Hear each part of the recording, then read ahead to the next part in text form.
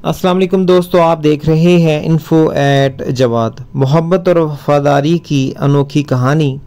1923 में जापानी शहरी ईसा बुरा को एक रेलगाड़ी के अंदर एक छोटे से डब्बे में एक छोटा सा कुत्ता हैची को मिला। वो उसे अपने घर में लाया, जिसे वो रोज़ाना काम पर साथ ले जाता था।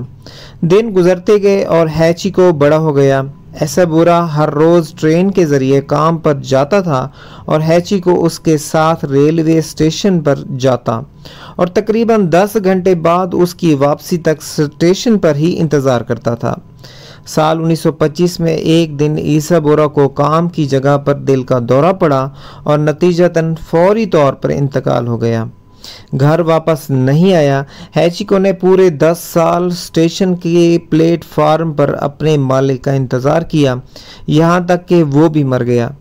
जापान में शिबुया स्टेशन के दरवाजे पर इसकी अपने मालिक से वफादारी और मोहब्बत की निशानी यादगार के तौर पर इसका एक मुजस्मा नस्ब किया गया है।